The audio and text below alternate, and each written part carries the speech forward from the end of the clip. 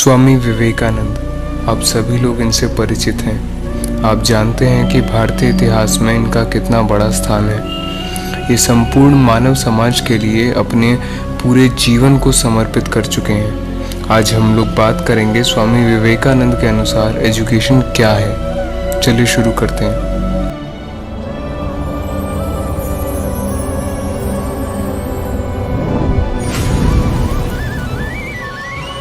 पहला, meaning of education. Swami ji Vedanti थे, इसलिए वह मनुष्य को जन्म से पूर्ण मानते थे। वह इस पूर्णता की अभिव्यक्ति को ही शिक्षा कहते थे। उनके अनुसार शिक्षा की प्रकृति में कुछ बातें सम्मिलित हैं।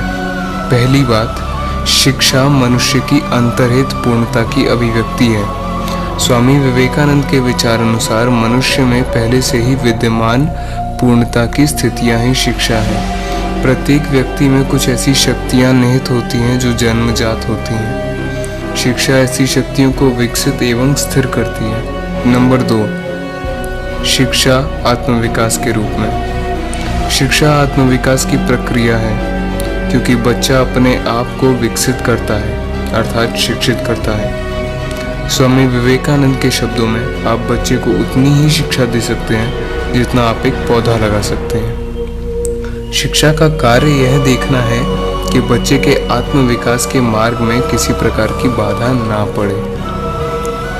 तीसरा, पुस्तकीय शिक्षा कोई शिक्षा नहीं। स्वामी विवेकानंद की दृष्टि में पुस्तकीय शिक्षा कोई शिक्षा नहीं। जो शिक्षा बच्चे को यंत्र बना दे वह वास्तविक शिक्षा नहीं। वास्तविक शिक्षा वह है जो व्यक्ति को संकल्प शक्ति को विकसित करती है और उसे अपने भीतर छिपी हुई आध्यात्मिकता का अनुभव कराती है। शिक्षा द्वारा असीम शक्ति, असीम उत्साह, असीम साहस तथा असीम सहनशीलता प्राप्त होती है। क्योंकि स्वामी जी ने वेदांत के अनुरूप शिक्षा देने की सिफारिश की थी तथा वेदांत को व्यवहारिक रूप दिया है, इसलिए उनके अनुसार जब तक ज्ञान, मुक्ति तथा योग ये सब कल्पना की ही वस्तुएं हैं। पुस्तकीय शिक्षा के स्थान पर ऐसी शिक्षा होनी चाहिए जिसके द्वारा चरित्र का गठन हो, मन का बल बढ़े, बुद्धि का विकास हो और मनुष्य स्वावलंबी बने। शिक्षा का उद्देश्य, AIIMS of education. Swami ji के अनुसार मनुष्य जीवन का अंतिम उद्देश्य आत्मानुभूति ही है, परंतु इसके लिए वे शरीर एवं उसके लिए आवश्यक भौतिक साधन एवं उपसाधनों की आवश्यकता की पूर्ति पर भी बल देते थे।